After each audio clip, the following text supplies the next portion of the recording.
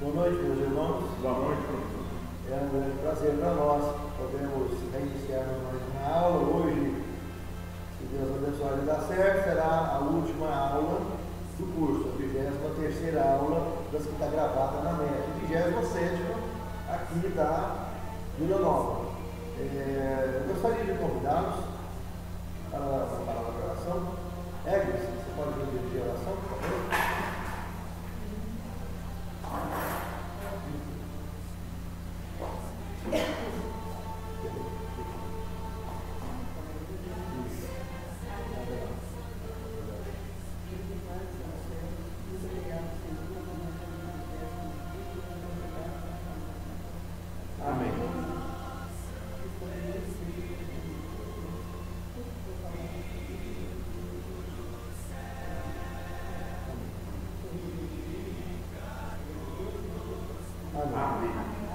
Muito bem.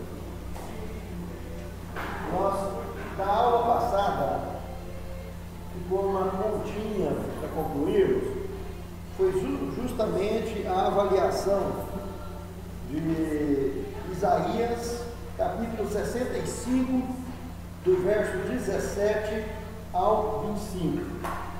Abra as Bíblias de vocês nesse texto, Isaías 65, para nós analisarmos. Do verso 17 ao 25.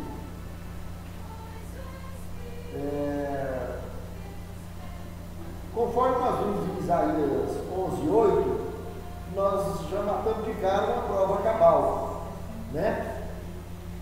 A questão da procriação, criança de mama, criança desmamada. Então, no novo céu e na nova terra,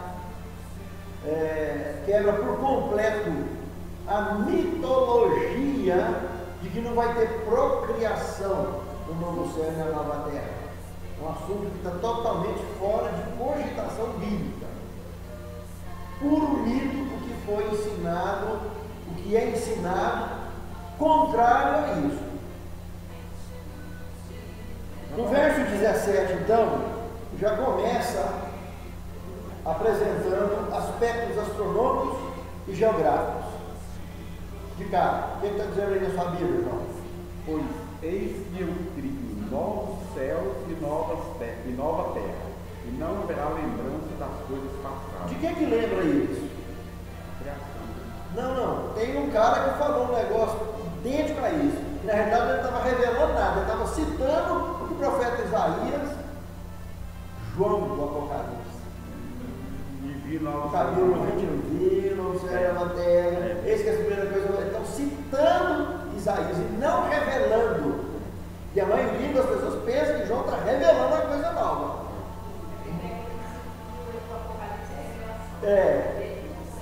Exatamente. Então, o que acontece? Muito antes, 700 anos antes de João falar isso aqui, Isaías foi quem disse isso na realidade. Em questão de novos céus, nova terra e as coisas passadas. Por que as coisas passadas não vai ficar só na lembrança? Não vai lembrar mais? Porque nós não vamos estar vivendo na eternidade. Isso vai ficar tão distante, que se alguém quiser ver, vai ter que recorrer a algum processo de documentário. É que vale, porque memória para guardar uma coisa, principalmente uma coisa ruim, que ficou no passado, então não tem sentido. Então, limpar lágrimas, Deus limpar as nossas lágrimas para a gente não lembrar do passado, é tirar nossos traumas, tirar nossos problemas, corrigir os males que nós sofremos, as consequências que nós tivemos, a cicatriz e a limpeza da cicatriz das consequências do pecado. Deus vai nos limpar. Entendeu? Mas Deus não vai fazer lavagem cerebral a ninguém, não vai dar apagamento em ninguém. Tudo que está feito e está registrado. E vai para todo sempre registrado. Sempre, em vídeo, áudio, tudo em alto e bom som. Mas não é para as pessoas ficarem digerindo aquilo, sofrendo com aquilo, muito pelo contrário. Quem está na eternidade, vendo a eternidade, vivendo a eternidade, é tentando prazer, e não vai ter nem estômago para ter interesse de estar voltando a esse tipo de lembrança. e vai estar devidamente arquivado e guardado, porque tudo que Deus faz é eterno. E quando fala que ele fala novo céu e nova terra, envolve de novo, que nós falamos na aula passada, os aspectos astronômicos, universais. Vai ter alteração em todo o universo por causa da simples mudança do terceiro céu, do reino de Deus, do reino administrativo do Senhor, do terceiro céu para cá. Se o universo gira em torno dele, isso vai fazer toda uma reestruturação orbitada em torno do Senhor. Isso vai continuar sendo assim. Então vai ter severas mudanças por causa da mudança dele. Mas todo mundo vai continuar sendo o que é. Nós teremos algumas mudanças, porque nós vamos atingir a estatura natural que nós somos criados e vamos ser reconhecidos pelo nosso jeito de andar, jeito de falar. Vocês viram que Jesus, quando ressuscitou, os discípulos já tinham encontrado com ele 3 vezes. Quando ele chegou na beira do mar, e Pedro estava até nu em cima do barco, e Jesus chegou e perguntou: tem alguma coisa para comer aí? Eles estavam na beira da praia. E eles falaram: não. Pedro falou: não tem nada para comer ali não. E Pedro estava nu. E aí ele falou: então joga a rede do outro lado, da direita. Eles jogaram, no que jogou, ele não está cheio de peixe. Aí João, por causa disso, aquele é o Senhor. Então era a 3ª vez que eles se encontravam com Cristo ressurreto e ainda não conseguia identificar ele assim a olho nu. Certamente, possivelmente, ele estava em cada uma das vezes com bombas diferentes. E com, seja lá, roupas da cultura ou não, ele estava, que a gente não sabe, a Bíblia não revela, mas ele não foi identificado, não foi reconhecido. 3 vezes, essa era a 3ª vez que os discípulos encontravam com ele.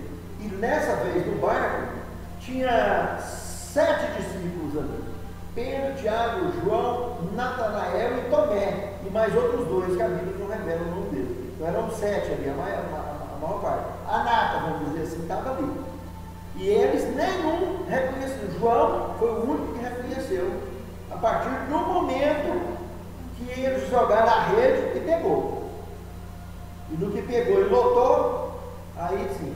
Então é muito curioso esse detalhe. Então isso identifica, isso nos esclarece que realmente o corpo, o nosso corpo com estrutura imortal, o corpo que nós vamos adquirir para viver eternamente, muda a nossa característica física bastante. Então não é bem, a gente mesmo, nós vamos estar aqui com essa mesma consciência, a mesma coisa, mas vai ter mudança. Vai ter mudança. Então, pela voz, pelo timbre de voz e pelo jeito de andar, pelo jeitão. Entendeu? Mas isso no novo céu e na nova terra. Nós não estamos falando, não é que não está falando de pessoas pecadoras que vivem aqui, bate o olho e vai conhecer. Percebeu? Exceto se o indivíduo tiver o dom de discernir espíritos, que é o dom de psicologia. Essas pessoas têm mais facilidade. Tem pessoa que bate o olho e está sabendo se a pessoa está mentindo, se não está, se ele está falando, né? Entendeu? Então essas pessoas têm facilidade de identificação rápida. Mas do contrário, normalmente, só no novo céu e na nova terra que nós vamos estar todos dotados dessa capacidade. De bater o olho e ver, conversando um pouquinho e tal, a gente já vai ver quem é quem. Tá?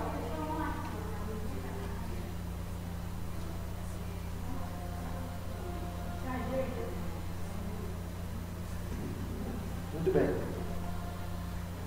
Então no verso 17, confirmo tudo que nós já estudamos. No verso 18 ao verso 19, aí fala de uma nova. Eu queria comentar outra coisa com vocês. Essa profecia de Isaías 65 que nós estamos estudando agora, ela tem duplo sentido. Por que ela tem duplo sentido? Primeiro, ela foi escrita centenas de anos antes do Messias chegar. existia um propósito em andamento de Deus para o seu povo, de restauração de Israel, e a capital então era Jerusalém, do povo de Deus. Caso eles recebessem o Messias, ungissem o Messias e levassem a mensagem avante, até que a pregação do Evangelho pudesse ser completa a partir da descida do Messias, até que isso acontecesse, o que nós vamos ler lá no verso 20 agora, seria possível. Que é o velho de 100 anos é menino, maldição, bababá, porque ele saiu do mundo de pecado. Então, o duplo sentido é nisso, porque a Jerusalém aqui da terra que tinha, ela seria revestida de bênçãos também, e muita coisa legal ia ter sido antecipada para eles aqui.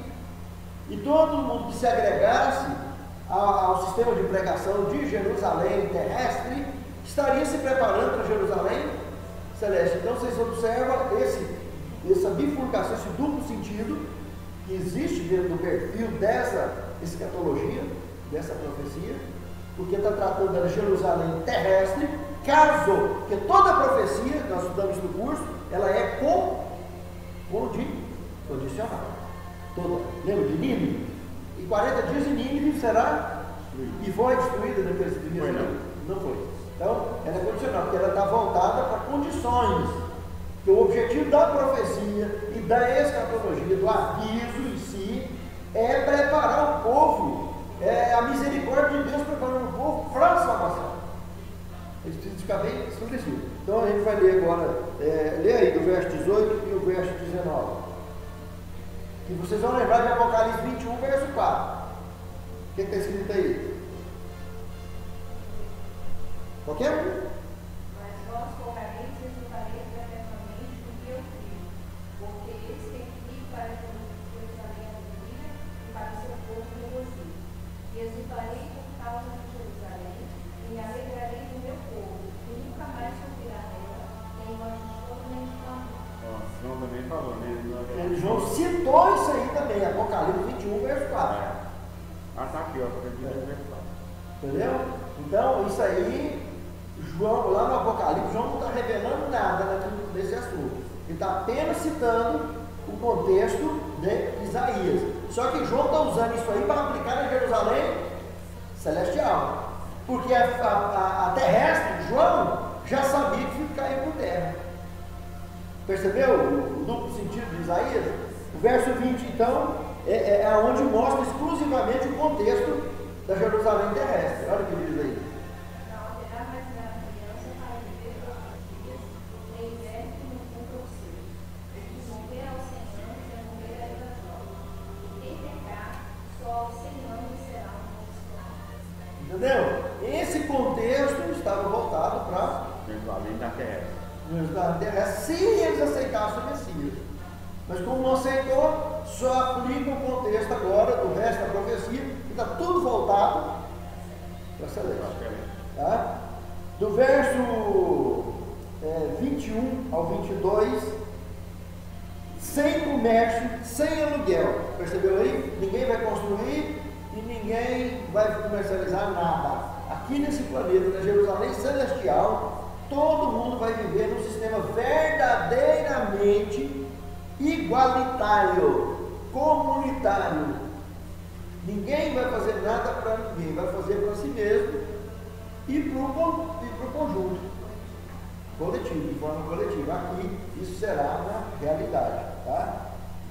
No verso 23, outro detalhe: ninguém vai trabalhar em vão, e filhos jamais será obtido, né? Ninguém vai ter filho para calamidade, entendeu?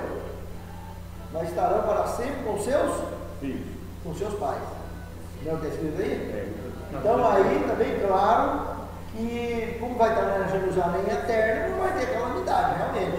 Mas filho, está aí, mais uma vez, comentando, filhos, que estará sempre com os pais,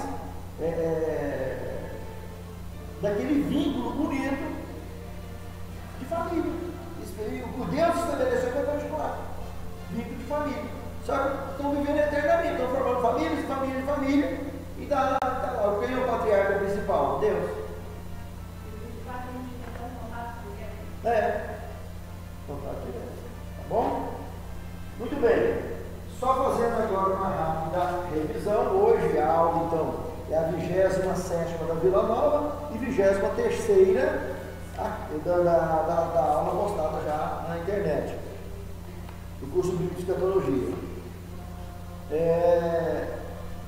Nós vimos, se não só vou citar aqui também que o Pedro também fala também, Pedro 3 e o verso 3. Nós, porém, segundo a sua promessa, esperamos novos céus e nova terra.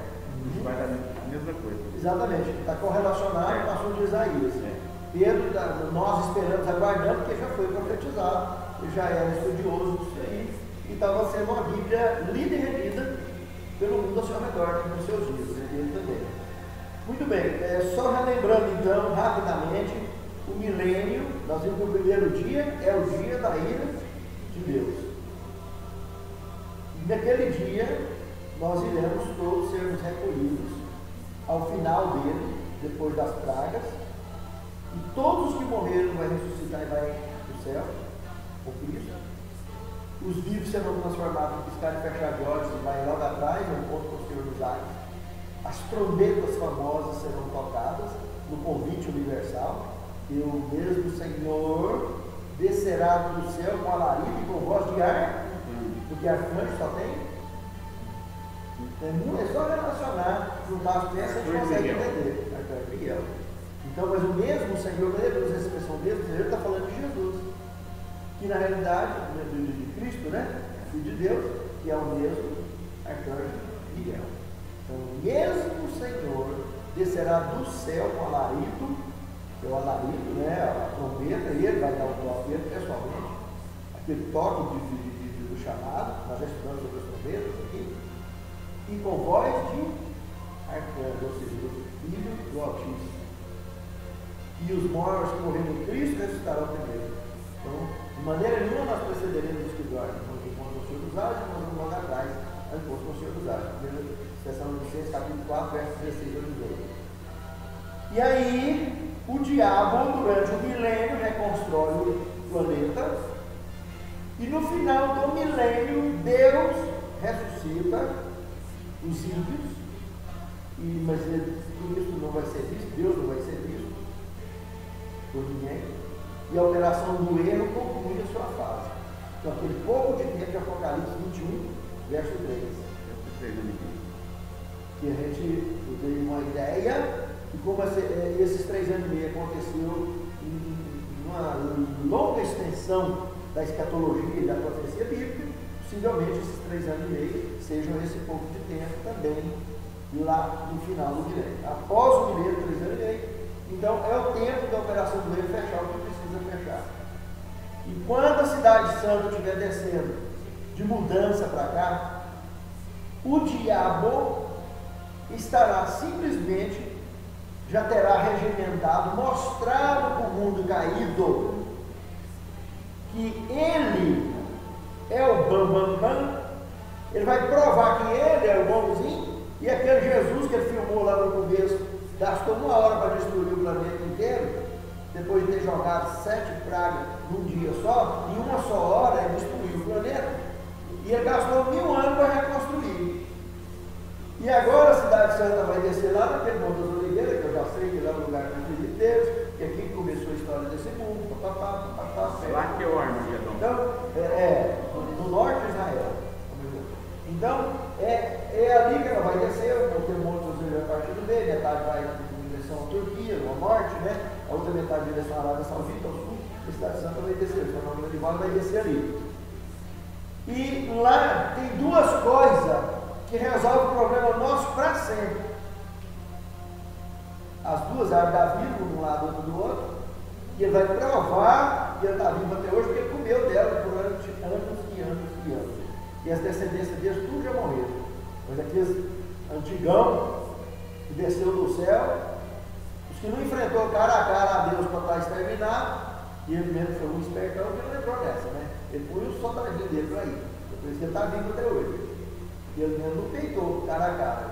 Tomou linha de frente, e lá no Apocalipse a gente viu, mas ele foi logo e desceu junto com a turma. Então, se algum se perdeu nessa onda aí, é porque pulou o corguinho. Mas se não pulou, está vivo, esses antigão. Esses antigão, então, nós vimos na Bíblia que eles se dividiram em dois grupos. Gente debaixo da terra, gente debaixo do mar. E ao nome de Jesus, dobra o joelho todos aqueles que moram debaixo da terra, debaixo do mar. Apocalipse 12 também. Então, esses grupos, todos quando Jesus voltar, os que são de Deus vão embora. Agora, os que não são, dos antigão, tem muito junto com o diabo e agora, na civilização deles, igual a gente, tem muita gente perdida. Daqui e dali, contatos que existem entre esses mundos, que são o que a ufologia registra, tanto de nada como ET de Varginha e outros mais, que a gente não tem uma classificação para dizer, são pessoas comuns igual a gente. Que, na realidade, pessoas que eu saiba de registro científico, ufológico, pessoas igual a gente, nunca foi pego dentro dessas naves. Sempre foi aqueles bichinhos que tudo leva a crer que são desenvolvidos, são criaturas desenvolvidas em laboratório, que são usadas em testes, essas máquinas, essas coisas. Então, daqui e dali cai algum, que eles chamam de ET, de coisa assim. Então, mas são seres inteligentes, ao que tudo consta. Parece que, segundo consta, também são mudos. Eles não têm comunicação audível, verbal, tá? Mas são inteligentes, entendem tudo e conseguem fazer tudo. Inteligência muito avançada. Então, o que eu estou tentando mostrar para vocês é o seguinte: o que é de Deus, na volta de Cristo, vai ser todo mundo recolhido. Os mortos de todos os mundos vai ressuscitar os de Cristo, vai encontrar os seus ares. Os justos de todos os mundos serão transformados e vão encontrar os seus ares logo atrás dos que ressuscitaram.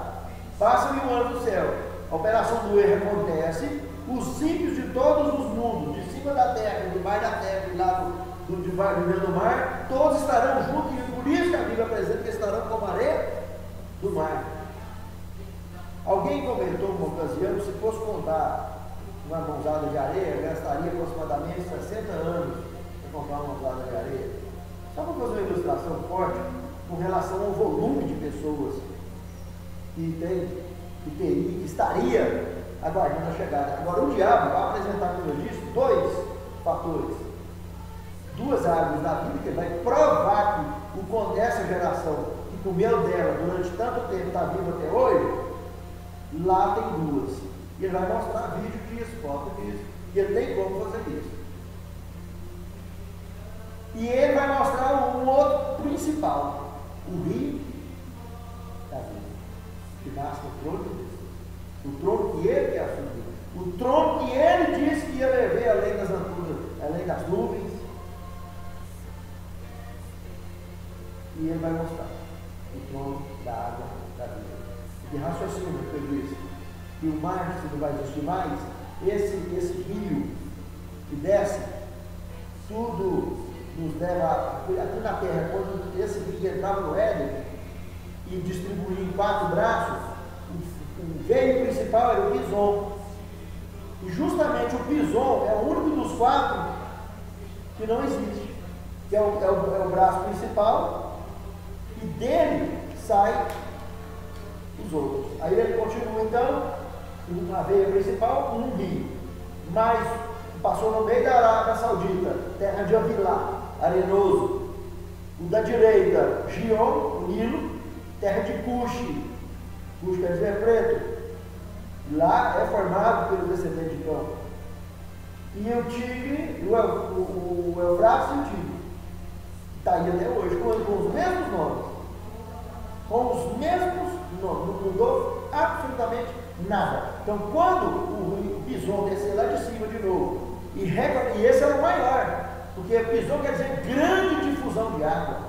Quer dizer, o Gion não tem nada a ver com isso, e nem o Amazonas, esse é o maior de todos. Mas por que também? Se o mar não vai existir, os 4 vai cair distinto lá dentro, vai cair distinto dentro do oceano. E o oceano todo vai ser formado por um rio da vida.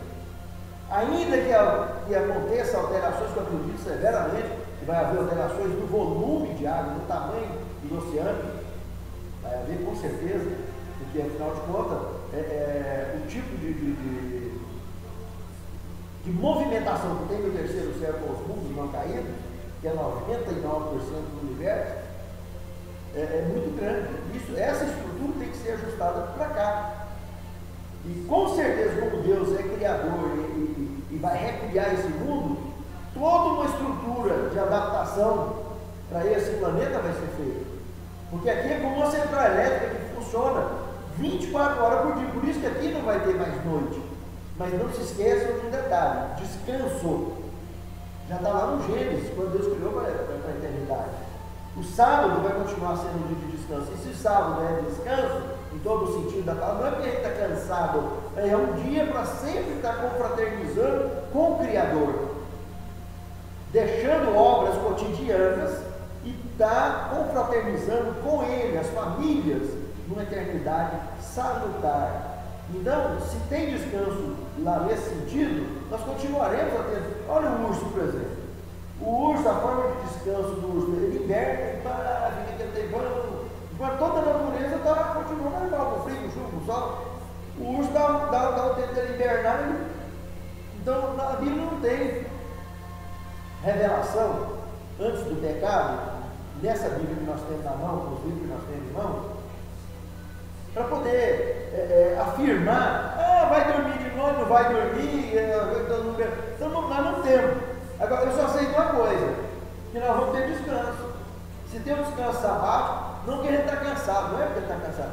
Tudo que Deus criou só nós vamos perder a consequência do pecado, essas feridas do pecado. Mas lembra bem, quando Adão foi criado, foi para viver eternamente, colocou ele para lavrar a terra, para preparar, para trabalhar, trabalho normal. Suor é uma coisa natural do nosso organismo, não é nenhuma adaptação.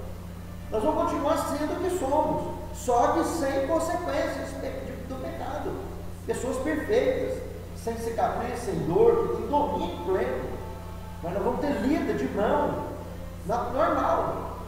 Funções, a mulher vai voltar a ocupar a função inicial dela, original, igual. Marido e mulher, não tinha diferença, Adão e Eva. Eram dois companheiros, parceiros realmente, com condições iguais de administração.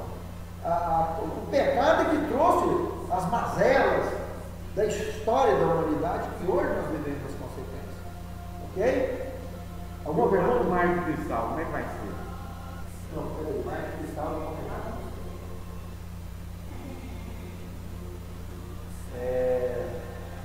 O mar de cristal, eu vou mostrar aqui agora para você. Vou interromper essa série. Eu vou mostrar no vídeo aqui sobre esse mar de cristal. O que era o mar de cristal? Tem um pedacinho que está faltando da aula passada. Deixa eu encerrar aqui para mim.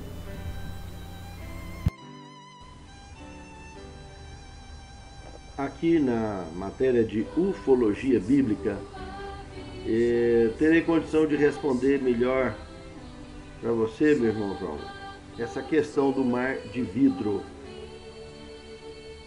Pelo curso que nós já fizemos, estudamos bastante a ufologia bíblica dentro do curso.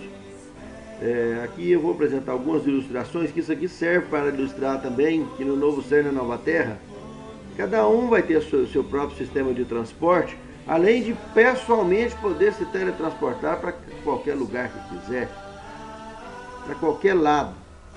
Mas não foi eu que escrevi a Bíblia, vocês viram que na Bíblia está cheio de transporte para tudo quanto é lado. Os famosos querubins, dentre outros mais. Vamos ter uma palhinha desses transportes, apenas de forma ilustrativa, porque na Bíblia nós estudamos muito isso durante o curso Bíblico de Escatologia.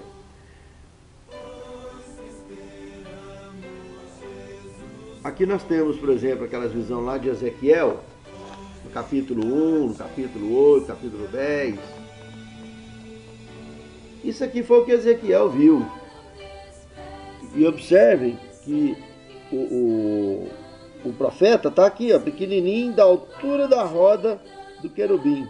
Lá está a roda, aqui está a roda, e aqui está o profeta, desenhado.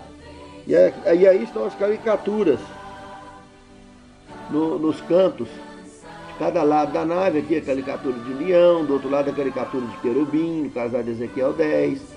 Aqui atrás a caricatura da águia do lado de lá e a caricatura de homem do lado de cá. E pelo profeta ser da altura dessas rodas, imagine o tamanho dessa nave. E é curioso que os aviões de guerra nossos foram feitos nessa ideia, nesse modelo, em tamanhos menores, mas que não tinha o potencial que tinha, porque esse aí tem a rosa dos ventos, ele vai para frente, para trás, norte, sul, leste, oeste, sobe com um helicóptero, desce. Aqui embaixo a mesma nave, não a mesma, porque essa aqui na realidade aparece no lugar do querubim, aparece o boi, tá vendo? Nós já estudamos sobre isso. Então, possivelmente essas caricaturas, essa caricatura do boi querubim identifica a origem de voo, a origem de missão da nave. Se é pelo santuário, se é pela proteção do ser humano em si. O famoso anjo da guarda. O anjo da guarda seria, aqui tem o querubim. E aqui tem o boi, seria para proteção, no caso, o trabalho cuidando da transferência, de questão de registros de pecados no céu e na terra, no santuário celeste, etc. E com relação ao povo de Deus, ao mundo de um modo geral. Aqui embaixo, apenas usei para ilustrar que elas podem usar o sistema de roda e pode usar o sistema da planta, parecendo planta de um bezerro, planta do pé parecendo um bezerro, pé parecendo latão luzente. Então tá aí, ó. Então, pode usar os dois tipos. Se estacionou permanentemente, usa esse aqui. Se vai movimentar, usa a roda.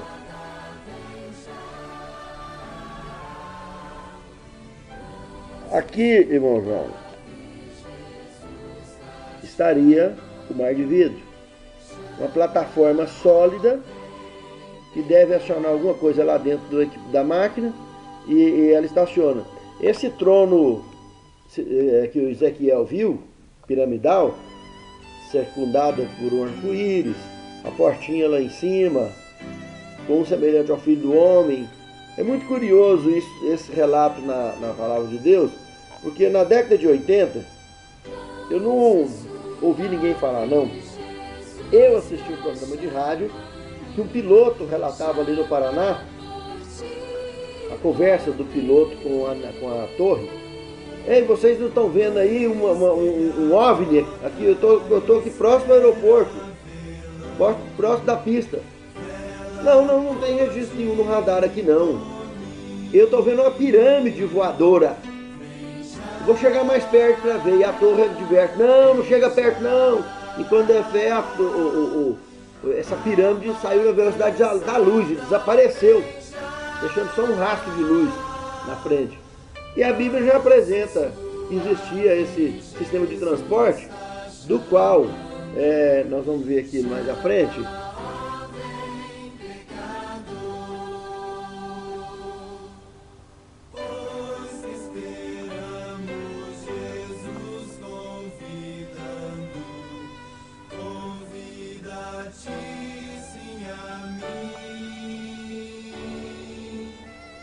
aqui. De dentro dela saiu 4 seres, que são essas naves, parecidas com os nossos aviões de caça. Saiu de dentro dela. E estacionaram no chão, em forma de batalha.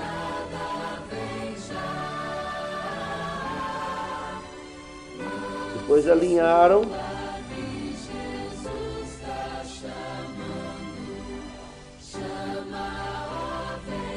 e saíram fazendo exibições para o profeta observar.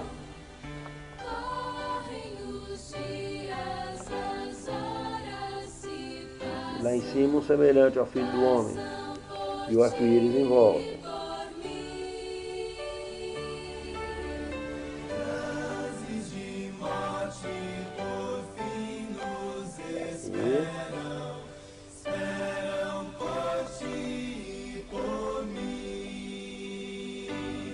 E outro detalhe interessante, esse raio, expondo, que o profeta expôs, que ele fazia um movimento em forma zigue-zagueando.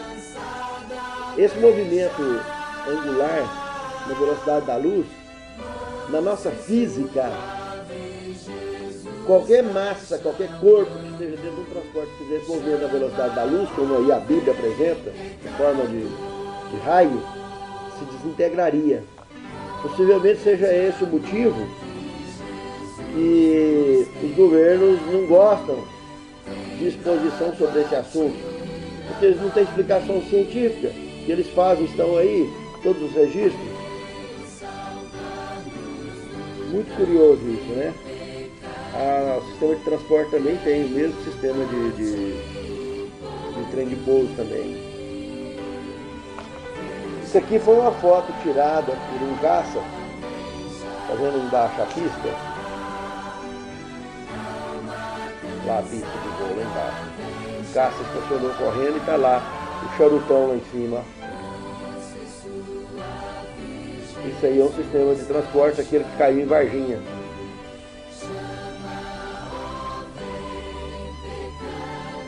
Então ele existe, o Leviatã da Bíblia. Essa imagem aqui da internet, ela é falsa. Mas eu coloquei apenas para ilustrar esse movimento angular. Esse movimento angular, a velocidade da luz. E a ciência fala que desintegraria se qualquer corpo, qualquer massa dentro de um sistema de transporte fizesse isso, a velocidade da luz. E os nossos amigos aqui, lá do Ezequiel, fazia exibição no céu o tempo todo, desse jeito.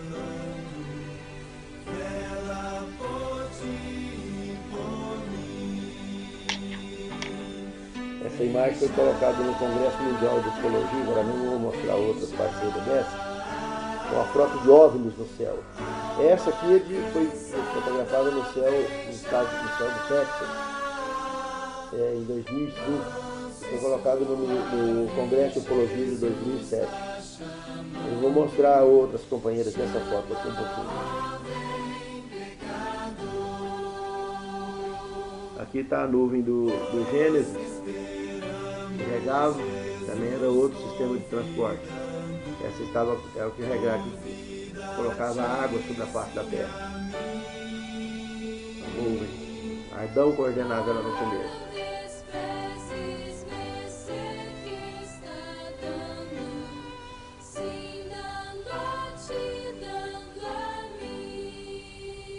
Aqui está uma ideia do sistema de arrebatamento. Imagine que essa nave em cima, camuflada de nuvem, e agora a pessoa é puxada de baixo para cima. Os profetas foram arrebatados. Filipe, a própria nave que levou os ressurretos com Cristo. Aqui, lá no Monte da Transfiguração, comparem os evangelhos com o Monte da Transfiguração, vocês vão perceber em detalhes Elias e Moisés entrando dentro de uma nave dessa, subindo para a nuvem e indo embora. O próprio Ezequiel, puxado pela trança, saiu lá do Iraque, foi parar lá na Palestina e escreveu os relatos que ele viu lá no templo de Jerusalém, e Deus mostrando para ele o porquê que vai destruir o templo. Depois voltou com ele e deixou ele lá onde ele estava, na área de refugiados lá no Iraque, na casa da Babilônia. Aqui uma ideia de como Sodoma e Gomorra foi destruído.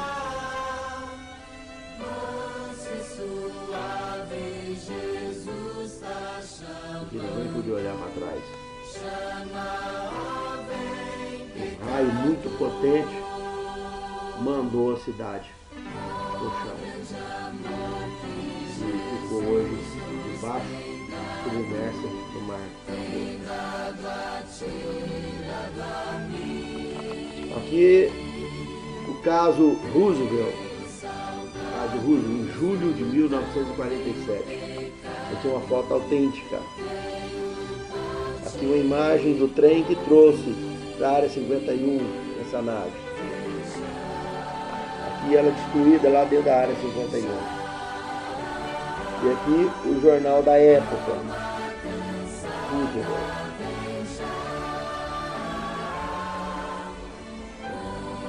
Aí. Por defeito não foi eu que escrevi nada disso também. Aqui nós temos no Triângulo das Bermudas, por exemplo, a esquadrilha que sumiu, o avião que foi atrás da esquadrilha também desapareceu, lá no Triângulo das Bermudas.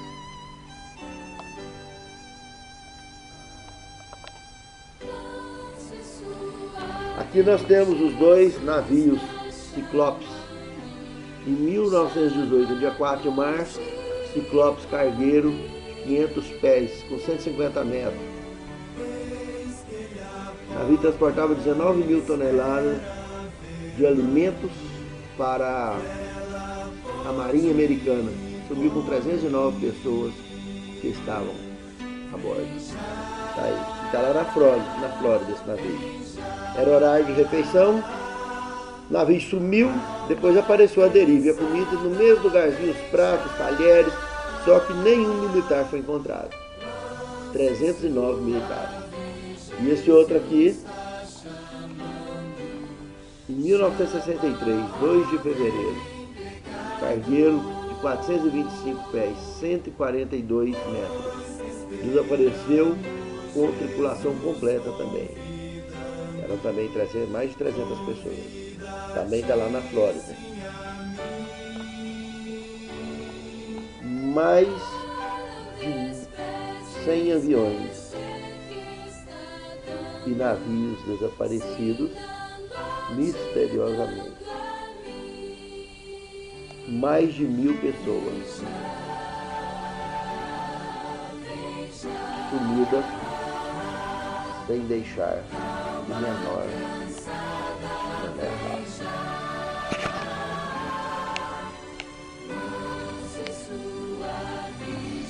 Aqui está o caso Varginha, charutão que apareceu, que tinha esses bichinhos aqui dentro, que é um caso provavelmente de seres desenvolvidos em laboratório, que é o que, segundo os ufólogos, eles não falam, são mudinhos, fazem zumbido, mas são inteligentes e amistosos. Mas esse aqui, quem pegou nele lá no caso Varginha, os soldados militares chegaram atirando, jogando rede em cima, todos foram enterrados em caixão de chumbo. E essa aqui foi as 3, a mãe com as 2 filhas, a Valquíria, a Kátia e a Liliane. Ninguém sabe notícia desse povo. E lá no hospital quem trabalhou também, no Hospital Humanitas, tá tudo aí. Eles estavam retornando do trabalho quando viram a estranha criatura. Aí a história. Bem relatada.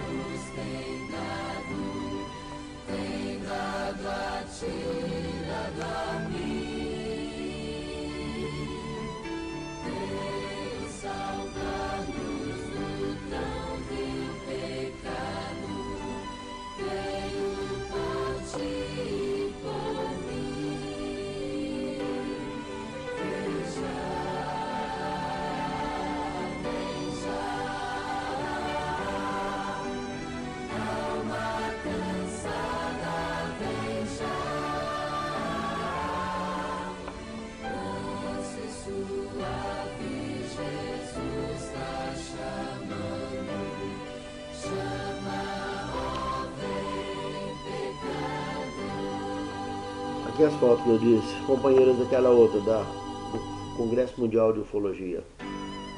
Observem como algumas delas fazem desenhos no céu, como se quisesse deixar alguma mensagem.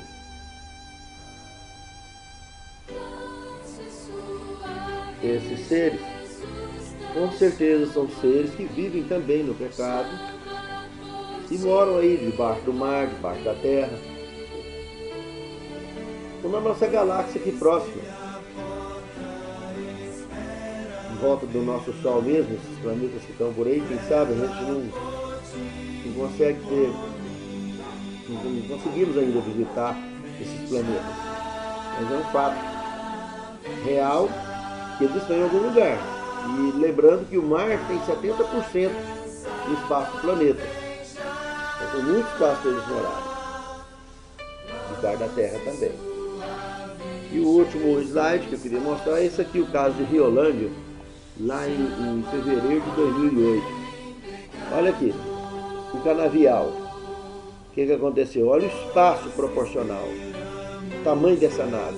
Quantos caminhões que não dá o tamanho de uma nave dessa? Ela é gigantesca. Olha aqui embaixo. Ela movimentou 3 vezes. Bap, bap, bap, subiu. Quem estava na casinha do lado de dentro dessa cerca e assistiu essa cena ficou assombrado. Essa foi embora. E, geralmente, essas naves que foram pegas tanto lá nos Estados Unidos quanto a de Varginha, era esse tipo de criatura dentro. Nenhuma foi pega com seres humanos igual a gente, normal. Todas as que foram coletadas foram feitas assim. E segundo estudiosos, esse do Varginha aqui, quem foi o legista que mexeu nesses bichinhos lá em São Paulo foi o Badão Palhares. E o charutão foi levado lá para a área de embarque em Santos e foi conduzido para a área 51 nos Estados Unidos. Isso é o que a gente sabe, por informação dos relatos da época. Então é isso, meus irmãos. Lá no céu, nós teremos transportes. Cada um terá o seu. Quem sabe até cada um vai fabricar o seu. Mas que nós vamos ter. Hoje nós temos carro aqui, o nosso conforto. Lá nós vamos ter, para ir para qualquer canto do mundo, a hora que quiser. E se quiser teletransportar, vai teletransportar. Mas as naves existem e está lá. Não adianta querer fazer fantasia, imaginar coisa além do que isso, porque o que está relatado na Bíblia é que tem os transportes. E é gratuito. E o sistema de alimentação desse também é gratuito, porque no céu não vai ter comércio.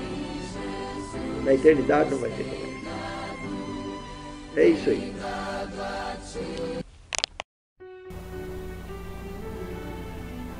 Muito bem, então vocês viram que nós já conversamos, que é muito pesado, mas tudo bem. Depois a gente continua com esse assunto aí em off, quietinho. Quem sabe um almocinho paralelo aí, né? Mas, pois é, mas aqui não dá, isso aí gravado, nem pensar. Muito bem, meus irmãos, com relação ao assunto de hoje, para a gente fechar essa 20ª aula e a 27ª daqui, eu gostaria que vocês abrissem o Evangelho de São João, capítulo 3. Vamos fazer uma rápida síntese ali. Irmãos, nós precisamos da realidade, para que tudo isso seja uma realidade na nossa vida. Está faltando só uma coisinha para cada um de nós. Compromisso com Deus, com a verdade. Obediência. Compromisso, fazer compromisso mesmo. Não ninguém, não. É compromisso mesmo. Porque a Bíblia fala de 3 batismos. E nós vamos ver aí que esse cara, Nicodemos, era um sábio, era um mestre e tinha dúvidas sobre essa questão batismal. Presta atenção no que tem escrito aí, no verso 1 em diante. Havia entre os fariseus um homem chamado Nicodemos.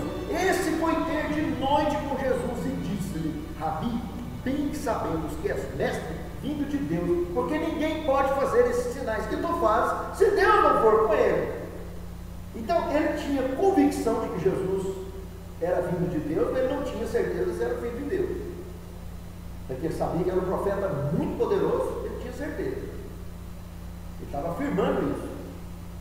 Só que ele foi lá para fazer uma pergunta para Jesus e não fez a pergunta.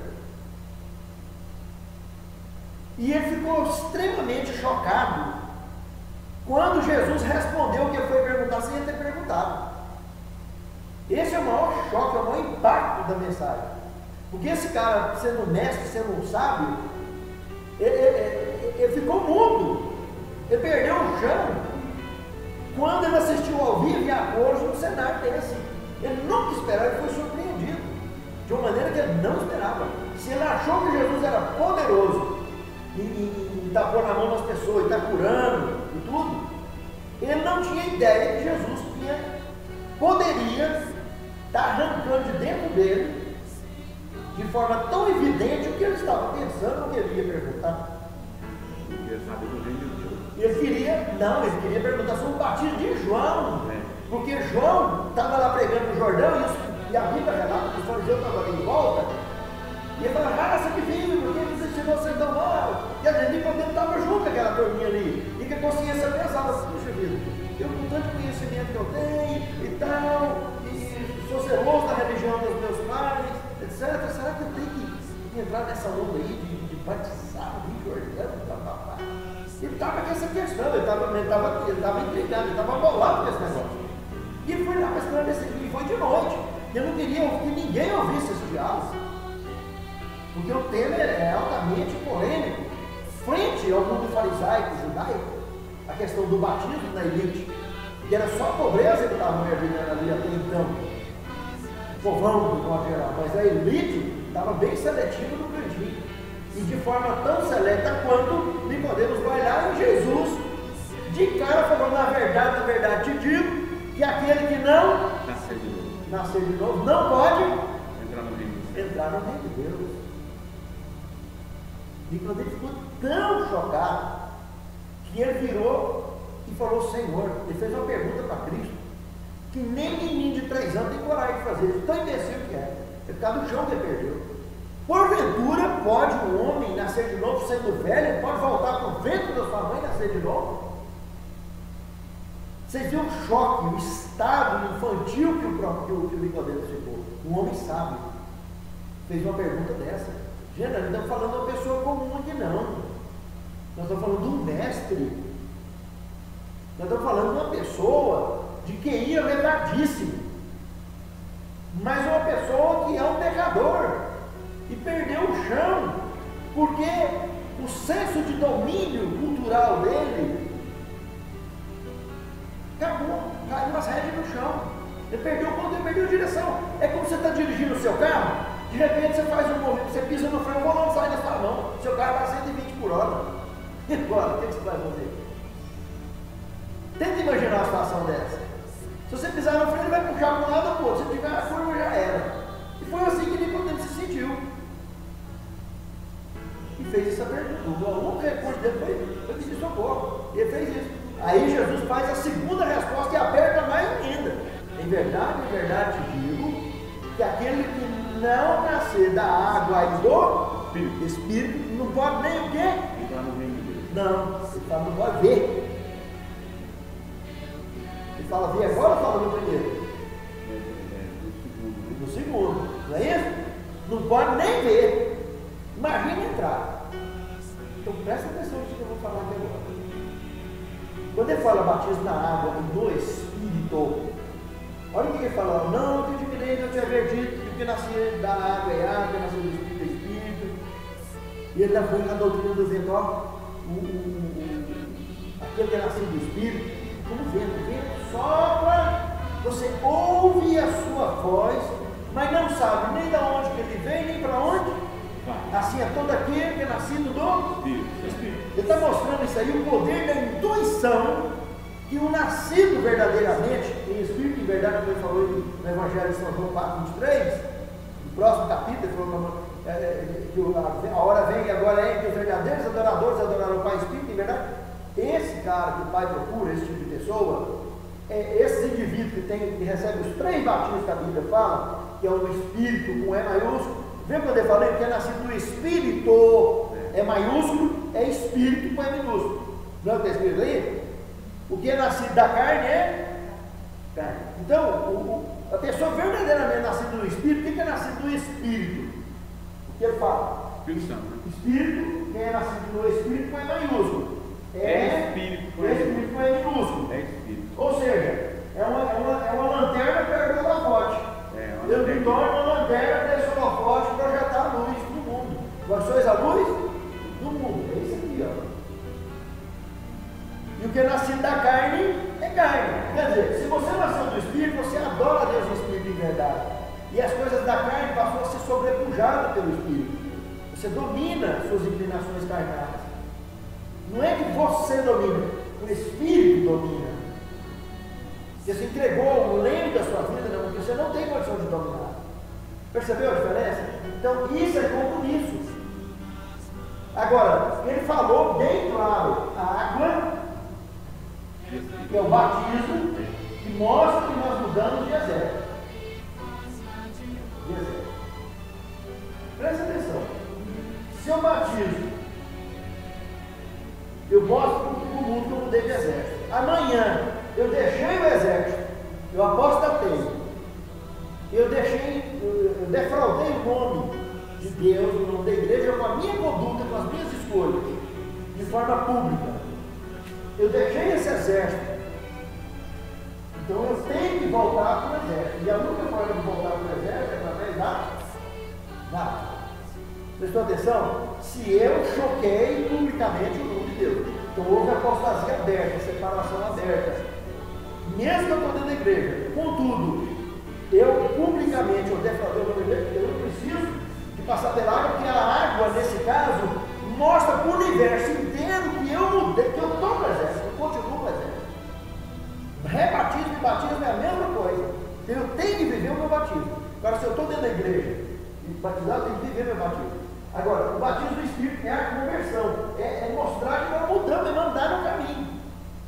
Agora, o batismo do fogo é apenas a turbinagem desses batismos aqui, que é o entusiasmo de evangelizar, de envolver na missão do íntimo. Quando eu batizo com fogo, é isso, que eu quero pôr fogo no mundo ao meu redor. Esse é o batismo do fogo. Então, esses três batismos é compromisso. E é tão sério esse assunto aqui, que ele, depois dele em seguida, dizendo, mas como pode ser isso? Jesus vai e chama a atenção dele, mas você é mestre de Israel e não sabe essas coisas? Rapaz, ninguém que está falando para você é uma pessoa qualquer. O mesmo que teve lá no céu está aqui agora, discípulo, aqui falando com você. Do mesmo jeito, aí ele toca nessa situação da serpente, do mesmo jeito que Moisés levantou a serpente lá no deserto, eu também, o filho do homem, vai ser erguido da terra para atrair todos a eles.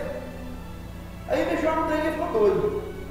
Aí ele estava mostrando para Nicodemos que ele ia morrer a morte eterna. Só que na hora ali eles não entenderam bem o negócio.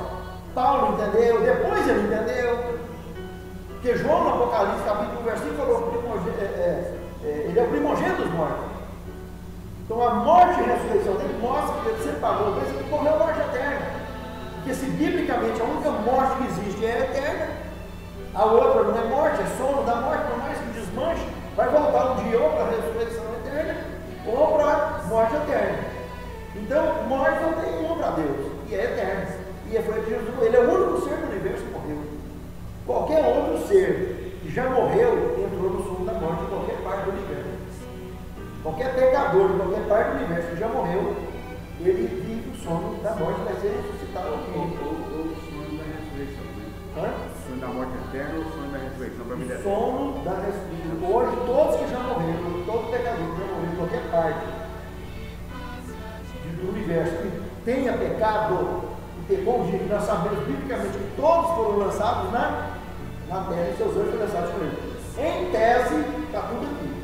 Agora, se daqui foi em volta da galáxia, nós aqui em volta do Sol, tem mais gente que não tem, comuns igual a gente mesmo, vivendo sob o pecado, a gente não sabe. A história vai contar em breve. Agora, eu só sei de uma coisa: os pecadores estão fora da dimensão da eternidade. Por mais que eles estejam num nível acima da nossa dimensão comum, que é mais retrógrada, mais atrasada, nós estamos na idade da pedra lascada comparado com esses caras. Com a eternidade, então, nem se fala. Eles estão muito na pré-história comparado com a eternidade. Imagina, gente. O que eu estou dizendo para vocês é que esse compromisso aqui, que foi dito para um mestre, precisa ser conscientizado por nós. Porque aí ele entra com o verso 15, porque Deus amou o mundo de tal maneira que deu o seu Filho, o seu único da espécie, para morrer, para que todo aquele que nele crê não, mas tenha a vida eterna. Ele não enviou seu Filho no mundo para condenar o mundo, mas para que o mundo fosse salvo por ele. Ele deixa bem claro. Mas antes, queria comentar uma coisa. Só a pessoa, às vezes, desculpa, vou fazer uma comparação dessa. Se você trabalha num laboratório e você triscar a mão no cada ratinho tem, cada outro, não tem esse que não vai lavar a mão, porque passar papel não vai, né? Tem que entender. Mas mesmo que lavar a mão, o que a pessoa vai fazer na hora? Depois que lava, vai cheirar a cabeça. Entendeu, recado? Então presta atenção nisso. Quantas vezes você mexer com o pecado, você está se sujando. E é quantas vezes a única forma de você limpar daquilo lá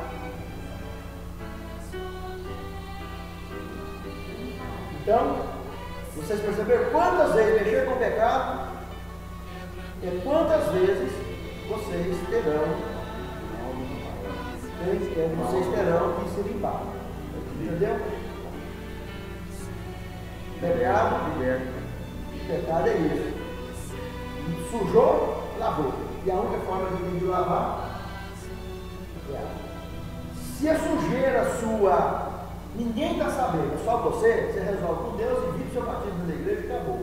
Agora, se você se tornou vergonha pública, colocou o nome de Deus em público, com a sua apostasia, não tem outro jeito, você tem que batizar de novo. Do contrário, convivendo com o Espírito Santo, ele te perdoa, te restaura e te vivifica. Mas se você já se abriu publicamente, não tem outra forma, é batizar. Tá? Ou rebatizar. Não interessa se é 1, se é 2, se é 3, se é 10. E a salvação individual. E o que eu estou pregando aqui hoje é compromisso individual com Deus. Não tem como. E Jesus foi bem claro. Se não for desse jeito, não pode nem o quê? Nem ver o reino. Nem ver. Quanto menos entrar. Presta bem atenção nisso.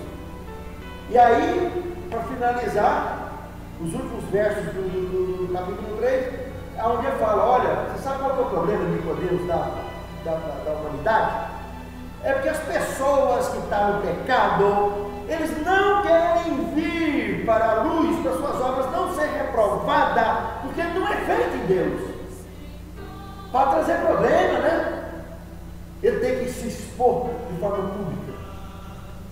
Pode ter que aumentar os compromissos com Deus, com o mundo. Agora, quem é de Deus, quem é da luz, não está nem aí. Ele vem para a luz, para suas obras serem manifestas, porque elas são feitas em Deus. Aí Jesus virou para vez. Virou Nicodemos para vez. E Nicodemos, no relato, os apóstolos correram. Deixou ele na hora que ele mais precisava. Depois que ele morreu, Nicodemos estava lá junto com José de Arimateia. Foi os únicos dois que teve coragem. Nem a mãe dele apareceu lá para pegar o corpo. Entenderam bem? As mulheres só apareceram no sepulcro depois da ressurreição com as especiarias. Mas na hora que o corpo foi jogado lá no chão, ninguém apareceu lá senão Nicodemos. Meus queridos irmãos, como praxe, eu sou obrigado, como servo de Deus vivo, a proclamar uma fila de Deus. Quantos de vocês querem ou ser rebatizado ou batizado?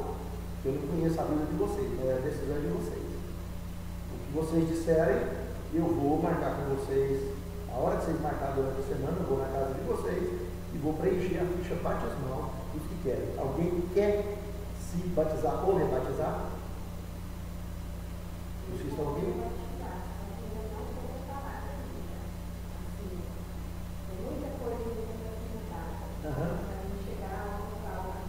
Mas você quer o rebatismo?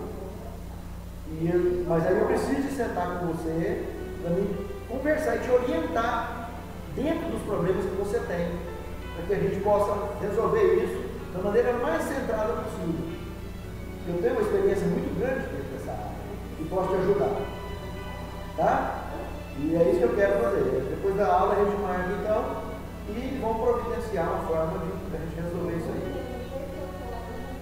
Tá. Também quero rebater, né? Você quer? Você. Não precisa não. Hã? Não precisa não. Não?